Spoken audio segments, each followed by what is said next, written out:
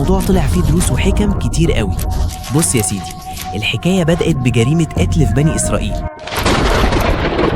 واحد غني مات وما كانش ليه وارث غير ابن أخوه، والواد ده كان طماع ومستعجل على الورث، فراح قتل عمه بالليل ورمى الجثة قدام بيت ناس تانية عشان يتهمهم ويطالب بالدية. الناس بدأت تشك في بعضها وهتولع في بعض، فجريوا على سيدنا موسى وقالوا له: يا نبي الله، قول لنا مين اللي قتل الراجل ده. سيدنا موسى سأل ربه، فجاله الوحي بأمر غريب جدا ومفاجئ: اذبحوا بقرة. طبعا بني إسرائيل بطبعهم اللي بيعشقوا الجدال، بدل ما يسمعوا الكلام ويذبحوا أي بقرة وخلاص، بدأوا يتفزلكوا ويقولوا لسيدنا موسى: انت بتهزر معانا؟ احنا بنسألك عن قتيل وتقول لنا اذبحوا بقرة؟ سيدنا موسى رد عليهم بوقار: أعوذ بالله أن أكون من الجاهلين. يعني الهزار في أحكام ربنا ده جهل. ومن هنا بدأت رحلة التشدد. قعدوا يسألوا: هي عندها كام سنة؟ فربنا قال لهم: لا كبيرة ولا صغيرة، سنها وسط.